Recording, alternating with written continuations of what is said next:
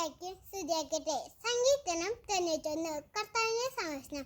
അത്യുന്നതന്റെ സംരക്ഷണത്തിൽ വസിക്കുന്നവനും സർവശക്തന്റെ തണലിൽ കഴിയുന്നവനും കർത്താവിനോട് എന്റെ സംഗീതവും എന്റെ കോട്ടയെ ഞാൻ ആശ്രയിക്കുന്ന എന്റെ ദൈവവും എന്ന് പറയും.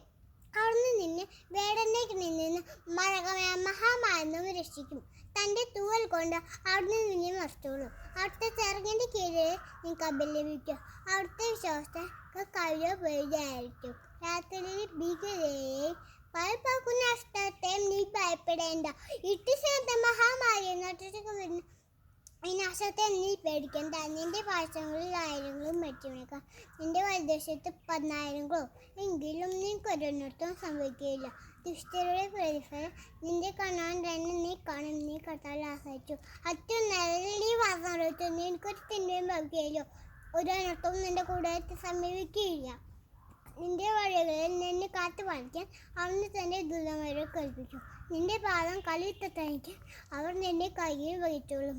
സിംഹത്തിന്റെ മണലിൽ മേൽ നീ ചുരുട്ടിയെടുക്കും. ഇവ സിംഹത്തെ സർപ്പത്തെയും ചുരുട്ടി വയ്ക്കും.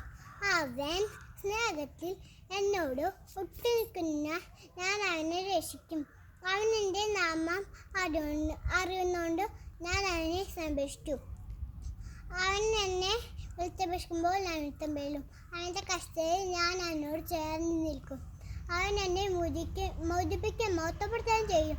ദീർഘായുസ്സ് നൽകി ഞാൻ അവനെ സംതൃപ്തനാക്കും. എൻ്റെ രക്ഷ ഞാൻ അവന് കാണിച്ചു കൊടുക്കും. Thank you Jesus.